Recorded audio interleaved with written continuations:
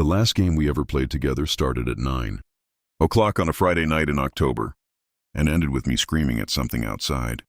A second-floor window that nobody else would ever see. My name is Nate. I'm 26 now. I was 11 then, the youngest of 4 kids, split between 2 households after my parents' divorce.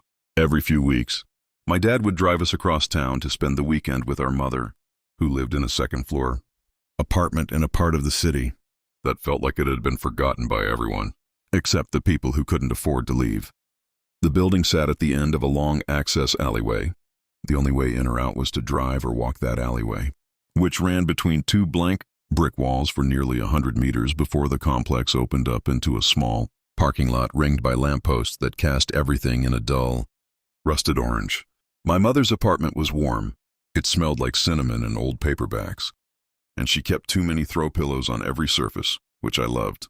The downstairs neighbors had 2 kids our age, a boy named Darius and his younger sister Priya, and the 6 of us had spent several previous visits running around that parking lot until our parents called us in. That October visit, Darius suggested we play hide and seek in the dark. It was his sister who pointed out that it was already nearly dark at 7:30. October does that. The days collapse early and the nights arrive heavy and without warning. And by the time we'd eaten dinner and been released into the evening, the lampposts were already the only light. Between the building walls and the alleyway entrance was a black rectangle at the far end of the lot. We decided 9 o'clock, all 6 of us. My older sister Maya and I, our brothers Cam and Felix, Darius and Priya. We crept out of our respective apartments and gathered in the amber-lit lot like a small conspiracy.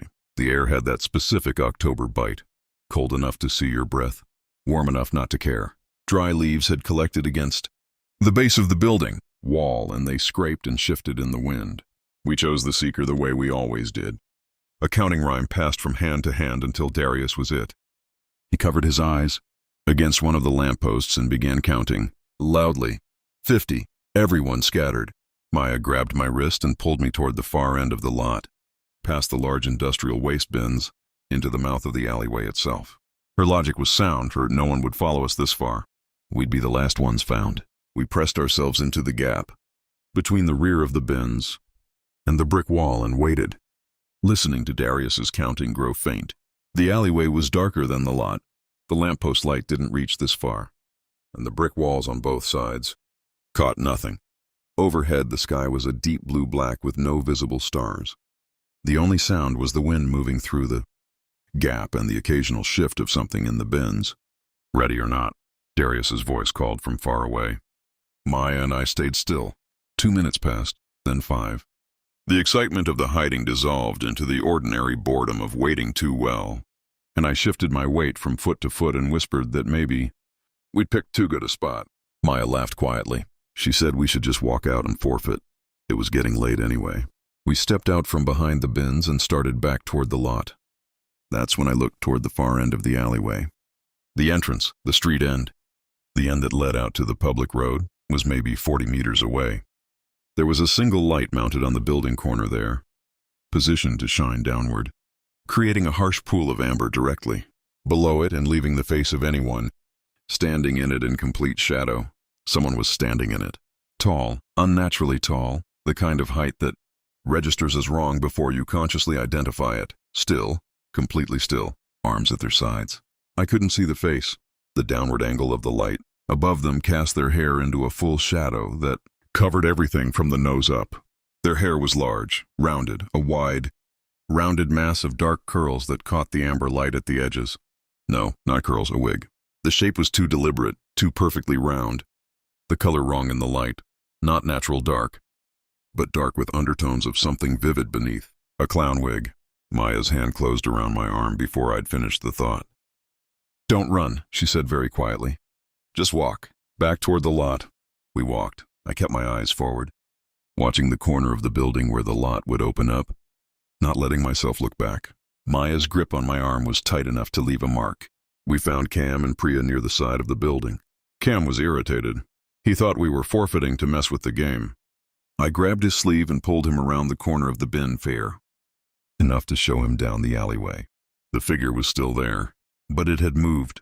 It was closer, not at the street entrance anymore. It had moved perhaps 15 meters up the alleyway, still in shadow, still not running, still not doing anything except standing and watching. And now, at this distance, I could see what I hadn't been able to see before. It was waving, a slow, patient wave, back and forth, like it had all the time in the world. The face, what I could see of it, wasn't painted white. It was painted black, entirely black, like a void where features should be, with only the eyes visible, pale, wide, catching the distant amber light in a way that made them seem to glow slightly. Priya screamed. "Not at the alley," she screamed from behind us, a direction we hadn't been watching. I spun, standing at the far end of the lot's opposite side. Where the shadows deepened near the building's rear corner was a second figure. Same height, different wig, green, longer, wilder. Different clothes, but the same quality of stillness. Same face paint, black, eyeless except for those two pale spots. Two of them. We ran. I don't remember the specific sequence of the next 30 seconds. I remember the sound of 6 pairs of feet on asphalt. Priya and Cam going somewhere to my left. Maya pulling me up the external staircase to the second floor. The apartment door opening in my mother's face and then her arms, and the door slamming shut behind us. My brother Felix was already inside. He had his own story. He'd been hiding in the complex's small courtyard garden and had crouched behind a hedge as footsteps approached from the wrong direction. He'd assumed it was Darius. He'd listened to Darius call his name from across the lot and realized the footsteps weren't Darius at all. He'd looked up from behind the hedge, and a black painted face had been looking directly down at him from about a meter away. Felix had run. He hadn't stopped until he reached our mother. She held all 3 of us and we told her everything, voices layering over each other. And she said she was glad we were inside and that we were staying in for the rest of the night. I thought it was over. It wasn't over. I woke at 2:40 a.m. with a dry throat and the particular parched feeling of having fallen asleep with my mouth open. The apartment was quiet, my mother and siblings breathing in their various rooms. The city outside reduced to distant ambient noise. I got up without turning on any lights, moving by memory through the familiar layout, and went to the kitchen. The kitchen window faced the alleyway side of the building. I took a bottle of water from the fridge and drank standing at the counter. Through the window above the sink, the alleyway below was dark, the lamppost at the far street end just barely visible, a distant orange point. Then I heard it, a sound from directly outside. A soft, rhythmic tapping against the glass. My first thought was a branch, but there were no trees near this side of the building. My second thought was a bird, but it was nearly 3 in the morning, and the sound was too deliberate, too evenly spaced. Tap, tap, tap! Patient, not urgent, not trying to break in, just announcing.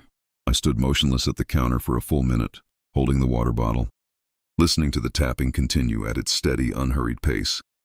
The rational part of my brain was generating explanations, pipe expansion, wind-caught debris, a loose shutter on the building exterior.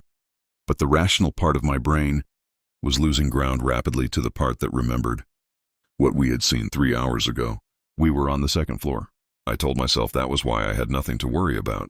Nothing could reach a second-floor window without equipment or climbing, and neither of those things made noise that sounded like quiet, deliberate tapping. I told myself this, and then, because I was 11 years old and couldn't leave it alone, I walked to the window and lifted the edge of the blind. The face was directly on the other side of the glass, not far away, not at ground level, right there, pressed close to the window, close enough that I could see the black paint in detail, applied thickly, unevenly, covering everything except the eyes, which were pale and wide and looking directly into mine. The wide rounded wig, the impossible height, the second floor. I don't know how long I stood there before I screamed. It felt like hours. It was probably 3 seconds. I ran to my mother's room screaming her name, and she was up before I'd finished the first syllable. That particular parental wakefulness that doesn't require processing. She followed me to the kitchen, and I pointed at the window with a hand. I couldn't keep still, and she crossed to it without hesitation and lifted the blind fully. Empty, the alleyway below empty, the lamppost light touching nothing.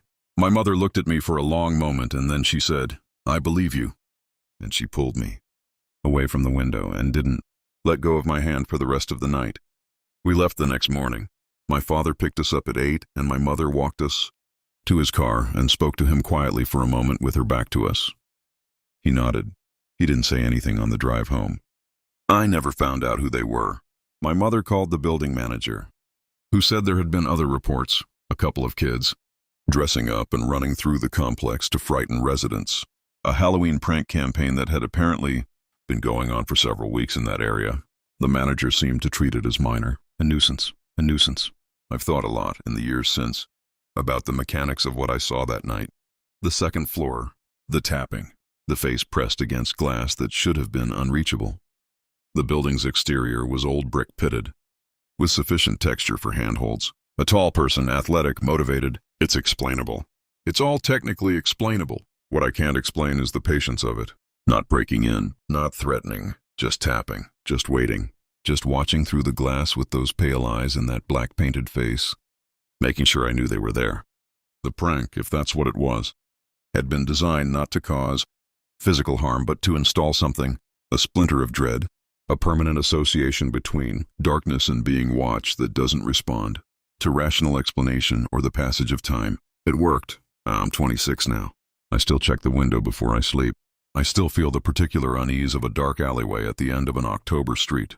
And I still remember, with a clarity that 15 years hasn't softened, the precise weight of those pale eyes, looking into mine through a second floor window at 2:40 a.m., waiting, patient, certain I'd look.